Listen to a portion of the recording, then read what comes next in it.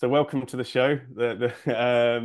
So this is our fractional lunch club, and yeah, we're going to be talking about the 10 fallacies of being a fractional. And what I've just talked about is there's a Miro board that I created here, and the password is lunch club. Um, and actually, probably the best way to do this is auto to share my screen. Let's make sure I'm sharing the right screen. So hopefully that is now sharing.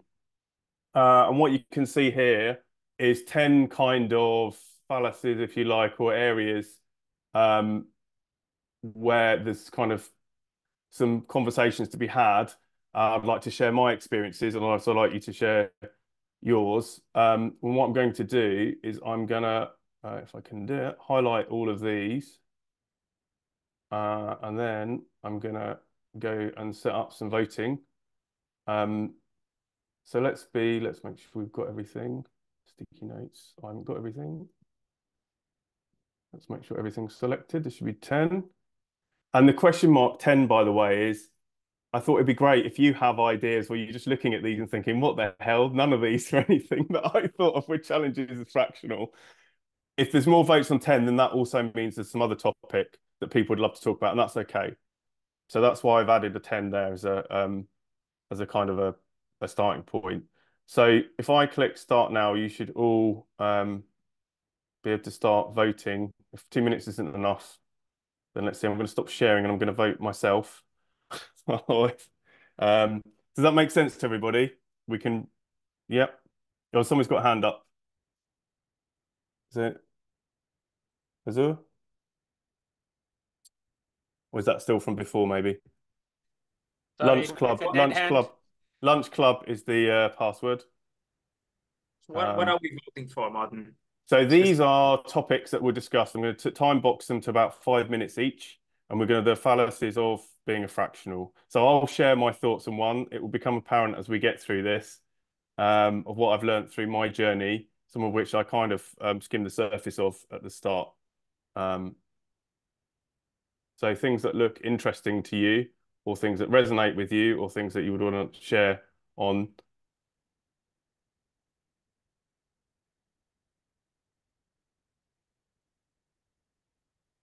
How do we vote?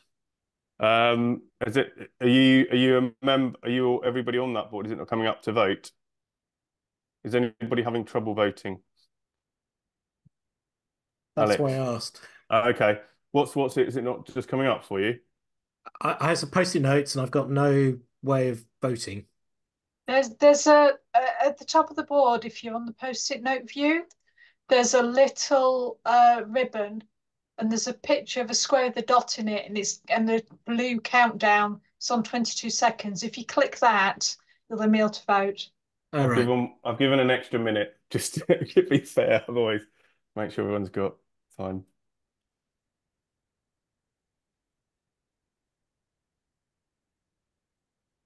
I have added the link to the chat again, just for anyone who's new as well. Thanks.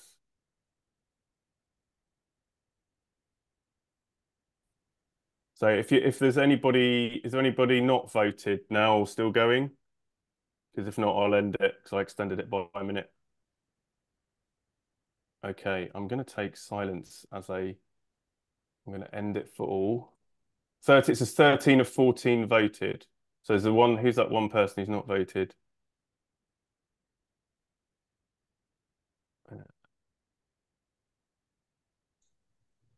Hi, it says it It's needs a me. Oh, password. Yeah, yes. So it's Lunch Club is the password. thanks. See how quickly you can vote.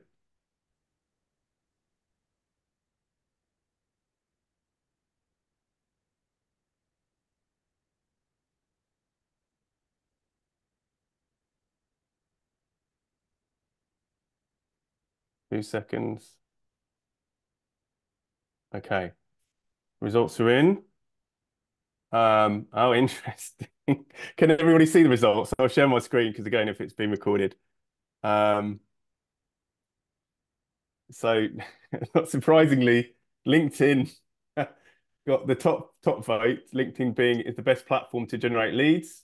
You'll earn more as a fractional. A template agreement is all you need. Then we've got thinking the sales cycle is shorter than it is. I could do marketing. Other fractionals are direct competitors. That's more. Okay. So I'm just going to make sure I can see everyone on my screen. And what I'm going to do is I'm going to start the clock. Well, I'll talk a little bit and then I'll start the clock. So yeah, for me, LinkedIn I think is out there. For what I found is it's a massive it's there as a kind of a massive thing that everyone fractional hooks into. There's loads of things about marketing yourself, doing lots of content marketing. It's essentially the front door.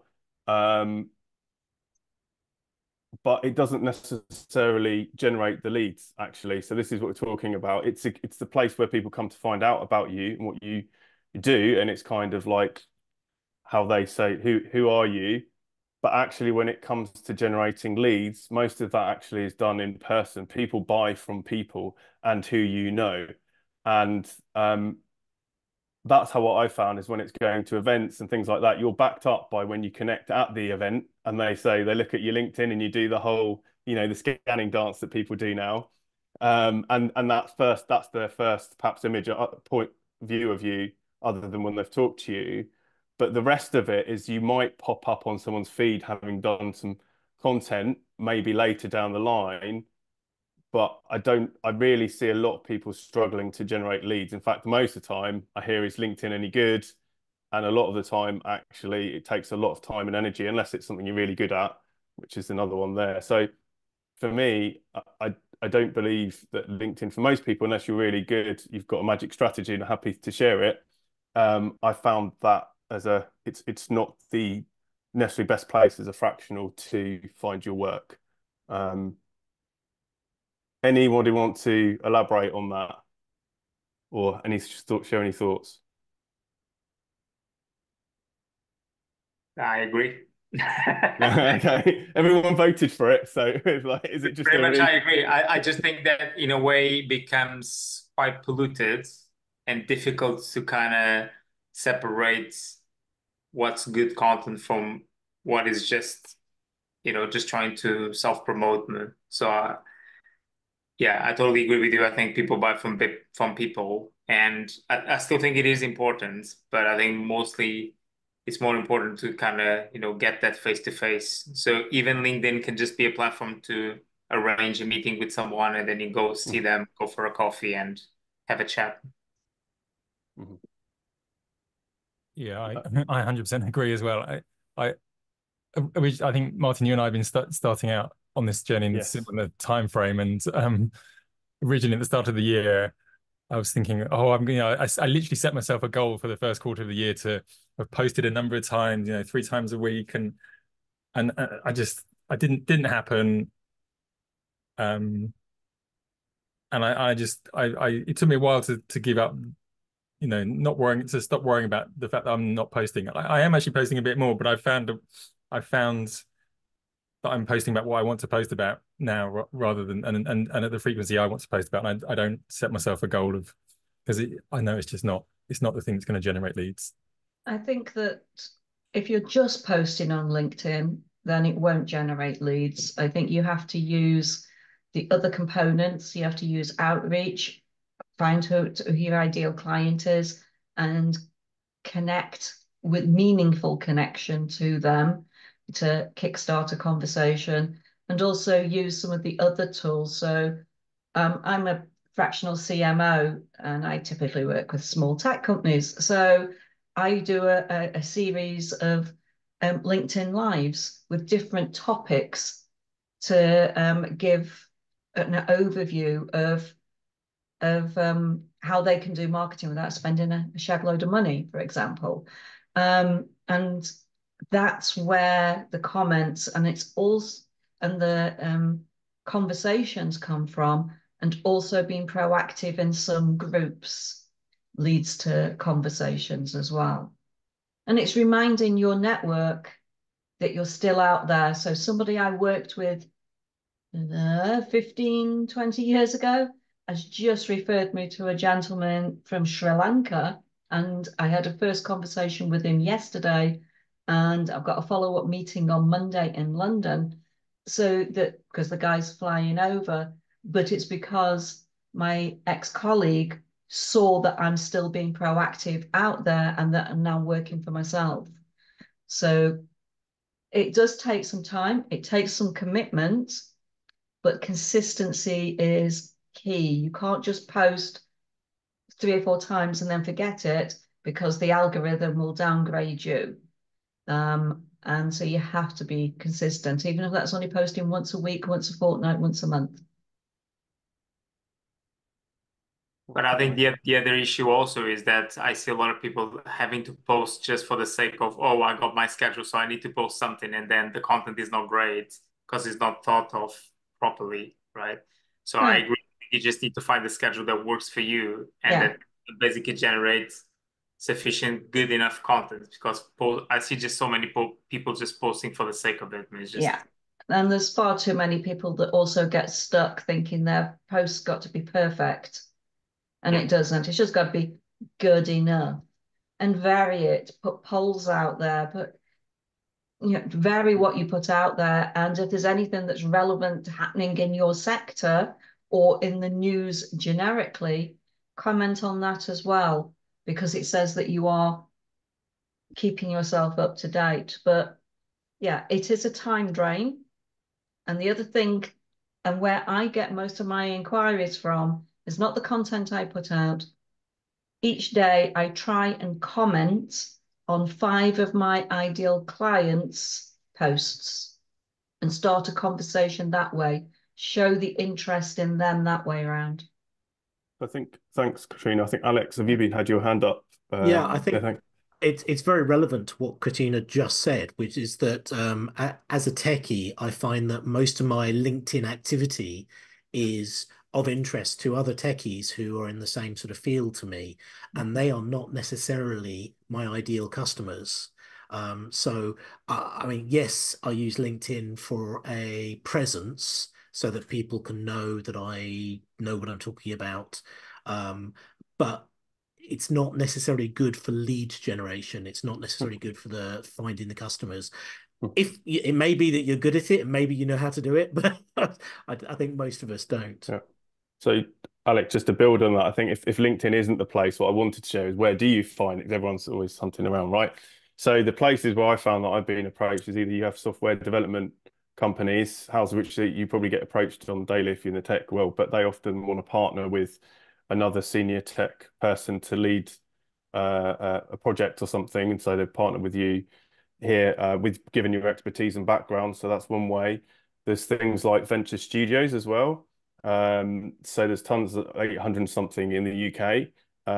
There are they look for experts to partner with and to work with.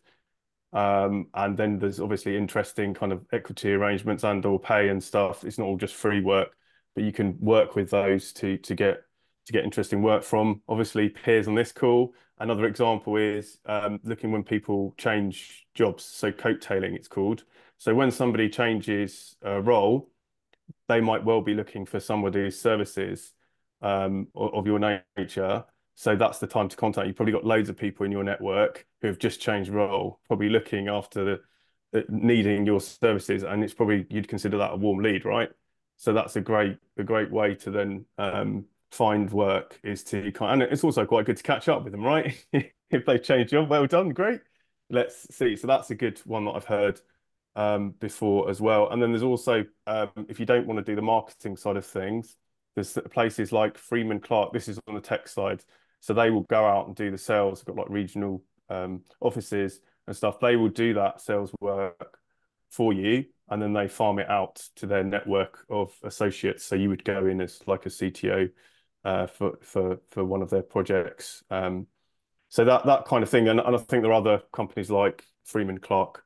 You just have to go through kind of it's kind of an interview presentation type process. But again, for those of you who don't want to do the kind of all the marketing bits and pieces, I think that can be quite a good route.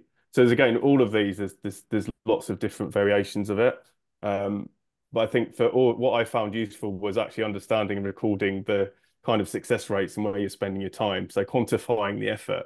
If you're spending 12 hours a day doom scrolling on LinkedIn, fear of missing out, thinking about liking and this versus doing some of this other stuff, it might not be a great time well spent. So it's quantifying your effort versus what everybody's telling you to do, which is, of course, go back onto the content mill, which is LinkedIn, which is self-fulfilling, but might not actually be generating the business that you might want. Alex. Thanks. First of all, everything that everybody is saying right now 100% resonates with me. Exactly the same experience. A couple of things I would probably suggest from my own background and experience with this are the feedback I get from people is we love the things that you say and that you comment on LinkedIn. We don't necessarily engage a lot with it. We don't sort of go through and click like, and we don't message you and go, hey, can we hire you for some services? But it's evidence of how it feels to interact with me as a person. And when people then speak to me, they say, oh, yes, I can see why you said this, or what you've just said to me aligns with your view about that. And so there's a kind of continuous thread of, here's some evidence around what I'm like to work with. And that's a way that LinkedIn kind of works for me. I think it's very sensitive or very different depending on your delivery mechanism as a person providing services, right? If I was a person out there looking to influence other influencers and do workshops and come and join my community where I charge you $45 a week for access to my Google Sheets with all these ideas about how to write content for LinkedIn, you're going to get a completely different level of engagement to actually who I want to talk with is X, Y, and Z. And to that, what's slightly different, I suppose, for me than for some of you might be that actually that I'm talking to things like COOs and things like that. And those are the people who will then reach out to me because they've got a problem with optimization in their business or measurement or data or something like that. And so it's a slightly less directly tech-orientated conversation. And that gives me a lot of latitude to write about a really broad variety of things, which gets me out of that bubble that Alex talked about, where I'm saying something and other tech people are responding to me all the time. A great point, Alex. Does anybody else have, I'm conscious I've probably spent longer on this topic because there's a lot of interest. Has anybody else got anything, they're really wanting to say on the kind of LinkedIn is the best platform to generate leads? Well, I just wanted, the thing that strikes me from using LinkedIn and mainly personal networking, which is my other main way of developing business. LinkedIn, I wouldn't want to be completely without LinkedIn because I'd forget who I'd spoken to when, and I met them at a certain place, and we exchanged a coffee. And I mean, my LinkedIn is kind of it's almost like a CRM database for me. Do I post very often? Not really. I have a number of times, and I've said yes, support that. I got 16 likes and really no content. So I think it's and no direct business from LinkedIn, but then I do get approached by headhunters on a fairly regular basis who are looking for interims, fractionals, whatever. So well, that hasn't turned into a huge amount of business. It's I wouldn't want to give that up either. But LinkedIn is not, I don't think on its own, unless you're prepared to go all in, and I haven't done that, so I don't really know, but I guess if you went all in, it could be your main channel. But I think that's unlikely you'd want to do that. And it would really be putting all your eggs in one basket, in my view. Cool. Thanks, Martin. James, you got your... Yeah, just one final thought from me on LinkedIn, which is I've had feedback recently about the stuff I post on LinkedIn and how it presents me potentially as a strong founding engineer or a strong CTO for an early stage business, but it doesn't present me well for other kinds of roles that might be more sort of CIO flavored, because I'm talking about some of the things that I'm finding interesting, some of which is more technical. I don't necessarily want to talk about like IT budgeting strategies. So that's something else for folk to be aware of, which is posting things, topics that are important to you, kind of is a window. It's a brand, and that can be not perhaps the brand you intend, unless you're thinking about it in very much those terms. So I thought that might be an interesting sort of counterpoint where LinkedIn has done me no favors in some sense, or for some types of role. Yeah, good point. Thanks, James. Azur? Yeah, I'll try and be brief. I know some of you are probably already posting on LinkedIn, and just wondered whether anybody experimented with generative technology to keep your LinkedIn profile more polished. And what's your experience been so far? Because I was thinking of doing it, but I'm apprehensive about it, how it might come across. That's the first one. And second one is, I've just changed on my LinkedIn profile from a renewable sector to software engineering, and immediately I got a backlash from the algorithm saying, gone from having my social selling index around 80 dropped to 40 right now, halfway mark. And I'm very concerned, how do I get back up there? And I'm thinking, okay, I need to find a way of addressing this or go back to a different sector in the industry. I wouldn't be too concerned about your social selling index. It's one of those vanity metrics that are out there. And there's a lot of those linked to LinkedIn. If you use any form of automation to post, it gets downgraded by LinkedIn because they want you there live to see the adverts. But it's better than not posting. And LinkedIn is also beginning to downgrade things that are written by ChatGPT or Gemini or any of the others. So you can do a first draft of something if you want to do something quickly, but then just humanize it slightly more into the way that you speak, and then it won't get downgraded as much. But it is, don't worry about your SSI score, because that will come back up as you share comments on that are relevant to your new industry. Thank you. One of the great tips I was given a while ago was don't post and ghost. So it watches to make sure that you're still engaging after you've written something. So you can't just automate it and walk away. No, the first hour, if anybody comments, comment back, because then it boosts it up. Maybe, Chelsea, we need to do a whole session on LinkedIn. I think that sounds like a great idea. If anyone wants to host or anything like that, come speak to me. We spawned another topic. Yeah, I think this can go in at great depth, can't we, for LinkedIn and all the game that you have to play there. Thank you for your comments. That really, really valuable. Let's move on to the next highest voting one, which was in income streams, which was you'll earn more as a fractional. So I guess what I wanted to share about this, while you're with the fractional side of things, while your rate may be higher, obviously due to the definition, you're probably not going to be working full time, right? And in those other gaps, you're going to probably be doing this other side of things, like maybe spending all your time on LinkedIn or going to events or doing the administration, all the other stuff that you have to do if you run your own business.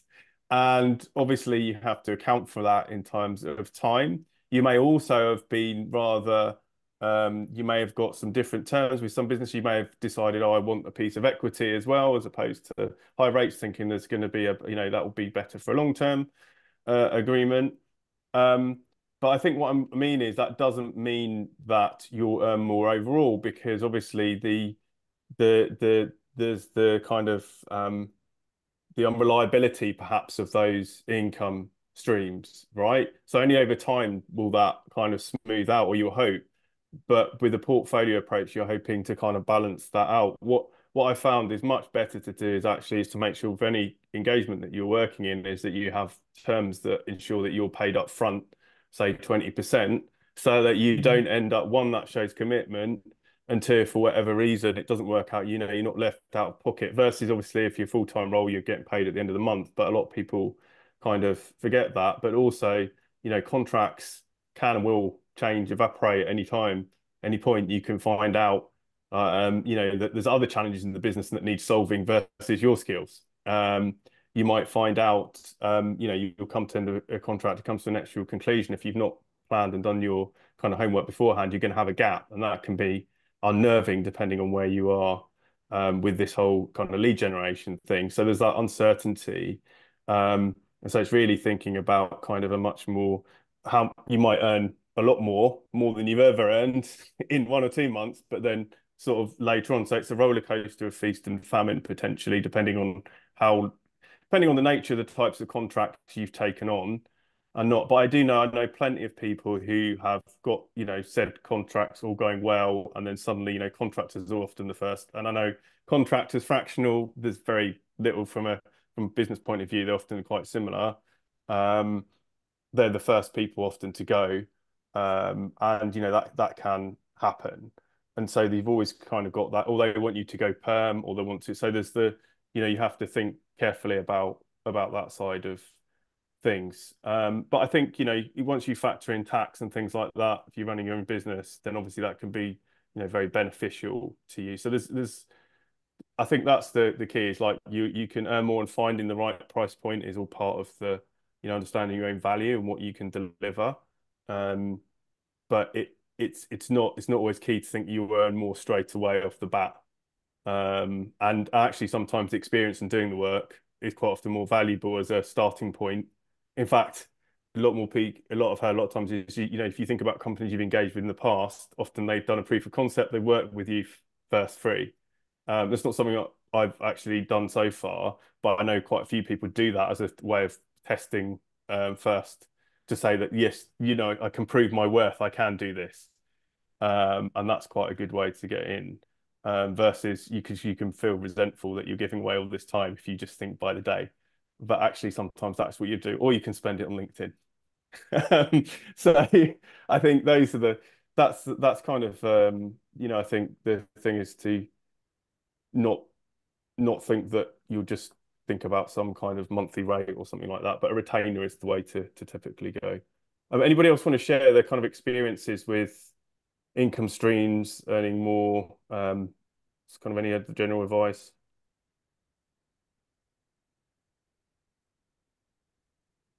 Probably too sensitive a topic for people.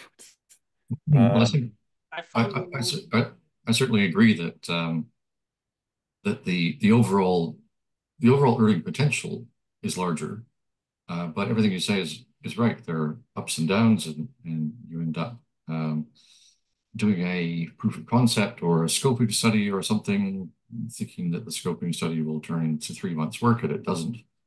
There's pipelines within pipelines, and the day rate. I've done work at various day rates, which I adjust to suit the nature of the work. I try to have a so if I'm doing really important strategy work, then it might be 1,500 a day. If it's ongoing work as a fractional CTO, then it might be 900 a day, depending on what I think I can get. Like, frankly, the price of something is what people will pay for it. But it's it is definitely up and down. And to me, you need to have the baseline either of a few days a month that is more or less guaranteed, although nothing is, or a wife who has a full-time job, in my case.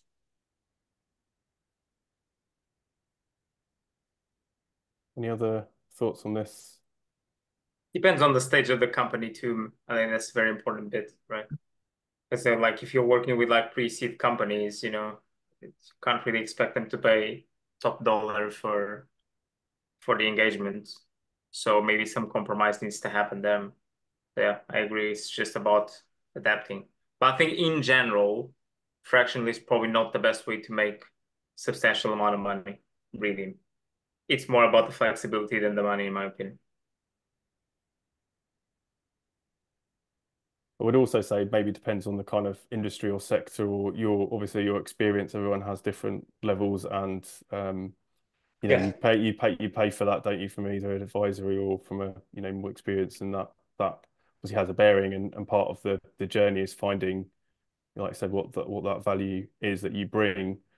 And even through, like Martin was saying, I've done some work towards like a tech due deal that hasn't gone the distance, but by doing that, you build up the collateral that you can then use. So that's the way to think about it, is even if that specific piece of work doesn't, you've got the connection, you've worked hopefully with somebody to get that gig, and you've learned a bit more about the ecosystem and how things work. So that's what I would always say is yeah, don't that even when it can feel a bit like you haven't taken 2 steps forward, another 3 steps back or something, you have actually got something out of it that you can then use as saying, here's some of the services that I offer.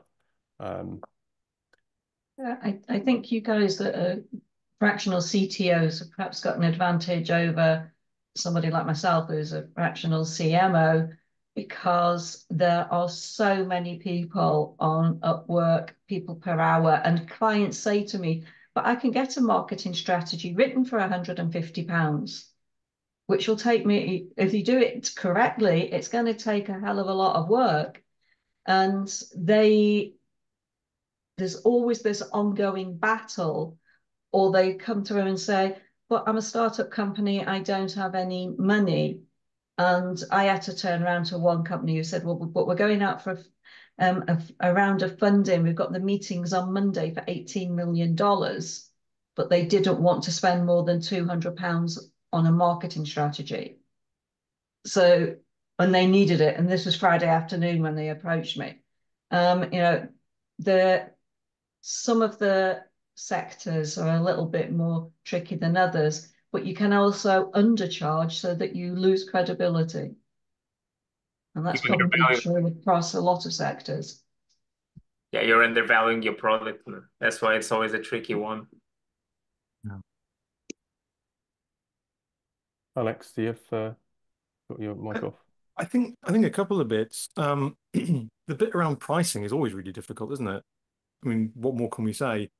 One of the things I try to do is a small, accessibly priced, shall we say, early piece of work to frame the value of any subsequent piece of work. It's easy for people to say yes to. It's time boxed, and at the end of that, if we go, the potential value I'm providing your organization is a $2 billion uplift in your data analytics solutions, my fee of whatever that might be is a drop in the ocean compared to that.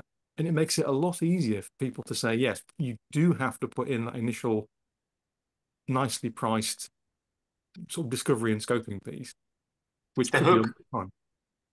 Yeah, it's the hook. I work with somebody who calls that the foot in the door offer, Alex, and I think it's really valuable to have that ability to say, before we know what you need, we need to think about you as a business, not just give you something out of the box.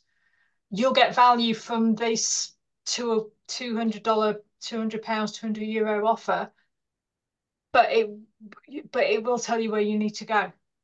And it will tell you where you need to go. So I totally agree. I just like the term foot in the door. Exactly. Yeah. And I think it demonstrably works. The other thing I would say is we're talking about earning as in revenue, which, makes sense because we all need to eat and pay our humongous energy bills. But the other point that was made was around assets and asset value. When you're working for yourself, a lot of what you generate is yours. And so you're generating collateral and assets all the time that you can be taking away with you. I think that is harder when you're doing something like marketing, or you're, cutting a bunch of code or whatever that is. But the amount of like framework thinking I do and, and presentation work that I do and communication work that I do and the relationships that I get from it, you could put a number on those. And I think that really helps make the whole thing, more attractive than working for somebody else. Yeah. Can I jump in? Yeah, go on, Paul. I completely agree with the I forget what you call it, the introductory piece of work. The couple of clients I'm working with at the moment, they both came through small introductory pieces of work and led to follow on. But the interesting thing I'm experimenting with is I'm interested if anyone else is experimenting with this is value-based pricing and giving like a fixed price rather than the day rates. Because that is potentially where you can start to earn a little bit more of a margin. If you're just charging for your time, you're always going to be limited by the number of hours in the day. And to me, hourly billing is a bit of a crazy thing. There's a guy called Jonathan Stark. I don't know if any of you come across it, if you look him up on Google, jonathanstark.com. He's got a very good podcast and set of daily emails and so on. He's kind of known as the ditching hourly guy. And I've been following some of his stuff and just experimenting with putting some value-based pricing proposals out there. And yeah, it's early days, but that's the route for me. And I think it builds on what you were saying, Alex, about building your assets. If you've got some assets, you can start to leverage them, and you don't need to do the same work again and again. You can charge the same again and again, but do it in half the time each time. That's the theory, at least. I haven't demonstrated the practice of that, but that's what I'm trying. That's what I'm trying to go for.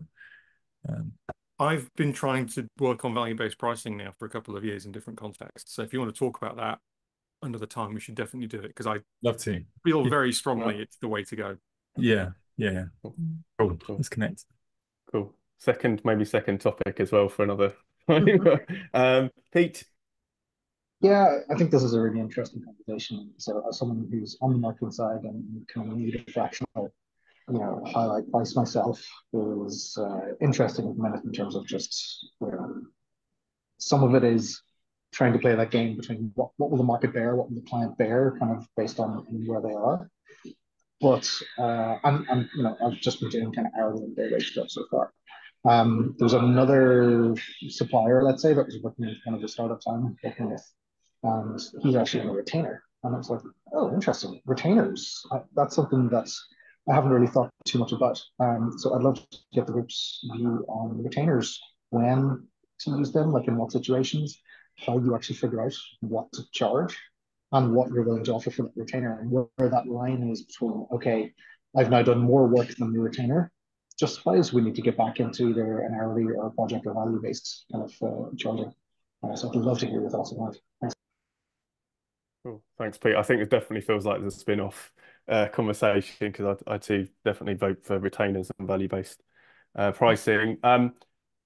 Let's just conscious of time. Let's move on to the legal one that's got 6 votes. I think that's the next most popular one, which was a template agreement is all you need.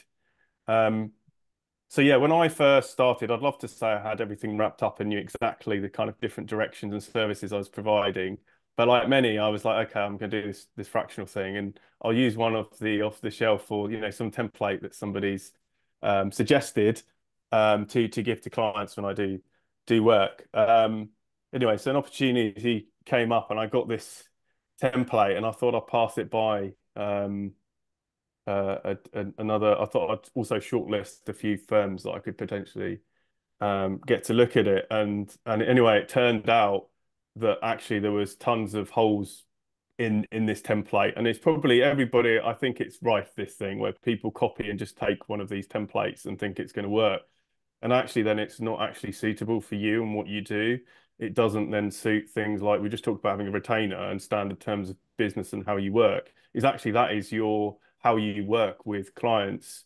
And actually, to cut a long story short, I spent a lot of money trying to get that contract sorted out, and it was a bit like a technical refactoring project for those in the tech field that's trying to polish something that I think wasn't that great. And ultimately I ended up starting again, getting a new contract with another company, so a contract written up, that is, so a legal contract, and properly them taking me through all the things I want to do, all the terms, everything I was saying there about my standard payment terms, how I work, cancellation, GDPR, IP, all the stuff around IR35 and what that actually means in practice. Like actually going through that and educating yourself and talking through with a legal professional is actually worthwhile, because actually the fractional, you're probably going to be looking at more contracts than you ever have before. Not to mention, we said they're about collateral. Well, maybe it's not your collateral. Maybe you've worked with a client. Maybe there's some nice non-compete things that you've been signing, which means you can't then work with somebody of that nature. So suddenly, now the landscape you're working in actually gets quite complicated. And so that's probably one of the actual downsides of this life. You start to having to deal with this complexity that was probably packaged away if you were used to working a full-time role. You're now having to manage that and think about, whether that next contract, that next fractional gig, you can't, well, maybe even you can do it depending on the terms. Now you can be fast and loose, your choice. But it's not, ideally you don't want something to come back and bite you. You want to know that everything is sound, and also you want to be able to have that clarity with your clients, right? And ultimately not have a contract be put at you. Have one, here's my stamp, and you be the person who's saying, here's how I work. So it's all that kind of thinking when it comes to a legal agreement, but quite often it's an afterthought for most people, and actually it should be kind of that's part and parcel of your terms and condition of you being the product and the services that you're offering. So no, that was kind of my experience. I think there's a lot more to it and to be thought about than just kind of randomly signing stuff and assuming it's going to be okay. I've had to rely on my contract in a small claims case where the company decided not to pay the final invoice, and they hadn't got any rationale. The final invoice wasn't for that much. It was during COVID, and I was doing virtually anything to pay the bills. But I'd written into the contract about the late payments of commercial debts, bracket interest, close brackets, Act of 1984, which gave me 8% above Bank of England base rate interest calculated on a daily basis. And the interest ended up being more than the value of the invoice. But because they'd signed, and I'd used DocuSign, and they'd opened it, signed it, 10 seconds later, they tried to argue in small claims court that they hadn't read the contract, and the judge wouldn't have any of that. But you do need to be careful and make sure that your contract is a good one. Something I was told years ago are these non-compete agreements where they say you can't work for our competitors. They are seen as unfair clauses in contracts because nobody can prevent you from earning a living once you no longer work for them. And there's been various employment tribunals that have been lost by companies that have tried to take that route. I've had a lot of experience in reading contracts, mostly as the CEO of small cash-strapped companies that couldn't afford to be going to the lawyers every time. And I gained some of that experience at Oracle as well, which obviously had a much more powerful hand in the game in contracts. And it is important to have the right, in my experience, it is important to have the right things in the contract. It's very important to have all the key clauses around intellectual property, non-compete, commercial clauses where if you think it's going to be a long-term thing, why not ask for an inflation adjustment on the price? There's quite a long list of things that can or should be in the contract. There are certain things that you'll find are non-negotiable. If you're selling to a US company, they will not sign a contract, in my experience, they will not sign a contract where the jurisdiction is the courts of England and Wales. They will want that to be an American court, which again can give you issues because obviously, as we know, the settlements in American courts can be enormous. The other thing I would say, and this is all going to be very random, these are just popping into my head, one of the things that I do, limitation of liability is a big one. And this is one where I say, as the director of my company and representing the shareholders, I cannot expose the company to a liability which might put it out of business.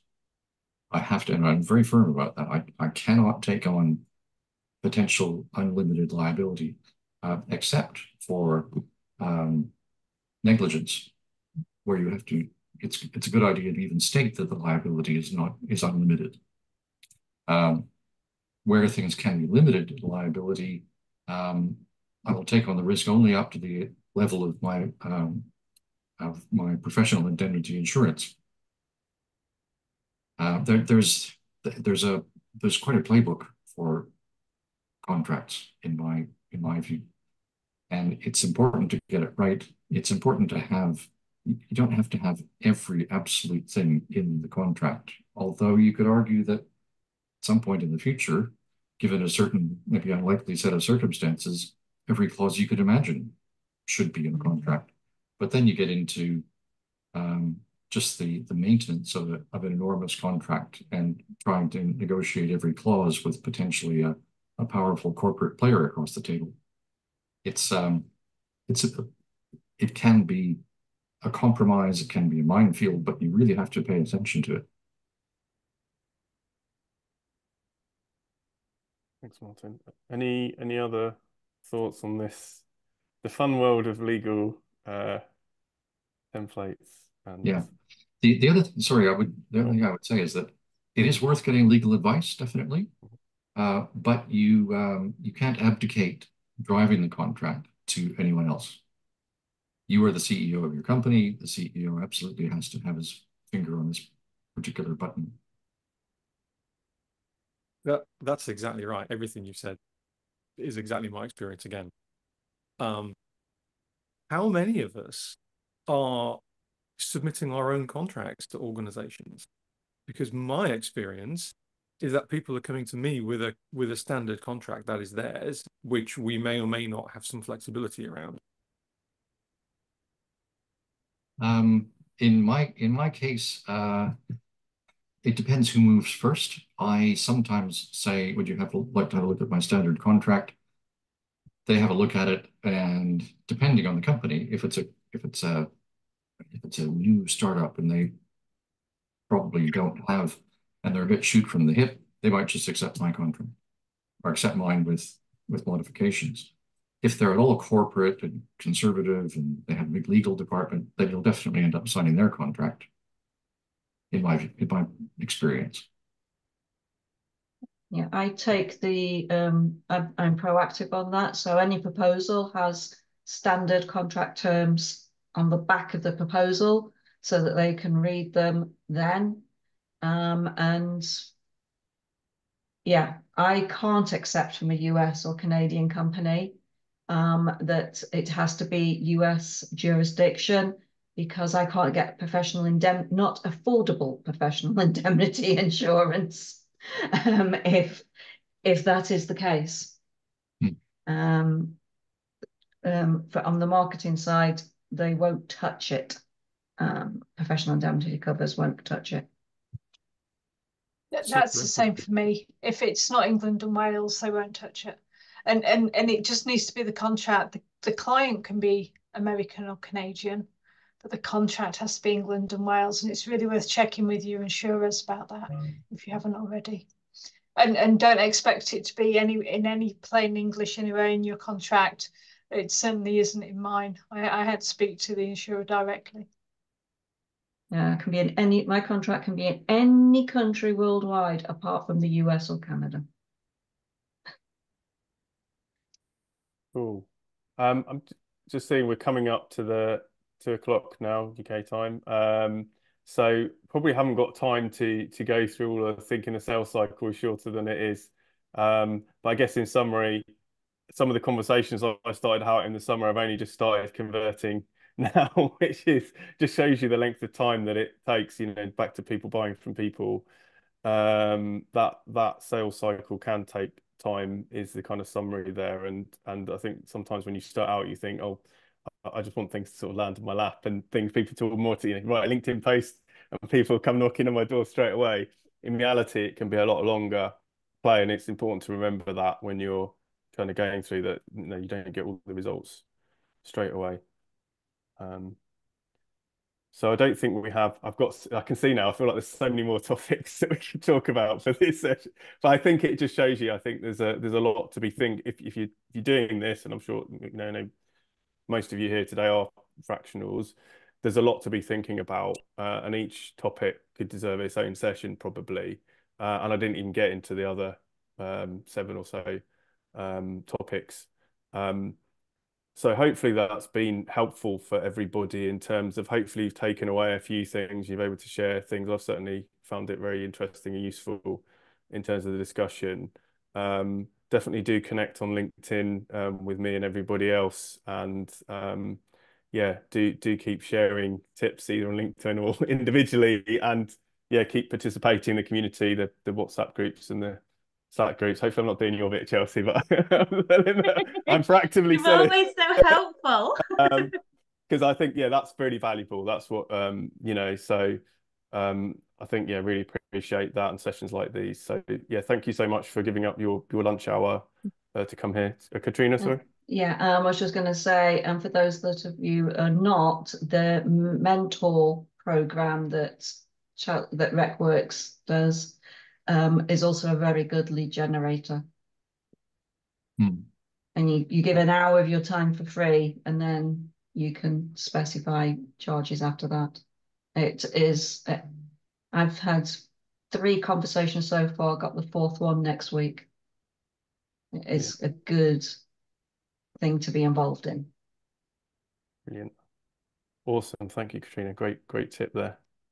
Can I just say a massive thank you to Martin for hosting and to everyone for contributing. This is a real discussion-based event, so everyone contributing really does make the session really enjoyable. If anyone is interested in hosting, we've already mentioned value-based pricing, retainers, and LinkedIn.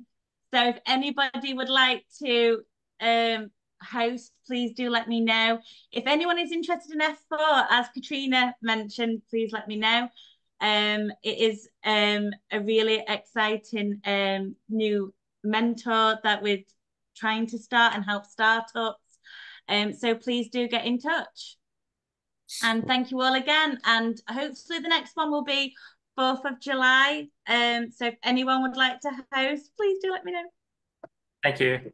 Thanks, everybody. Thank you, everyone. Thanks, Chelsea. Thanks, Have a good day. Thanks, everyone. Bye. Bye-bye. Bye-bye.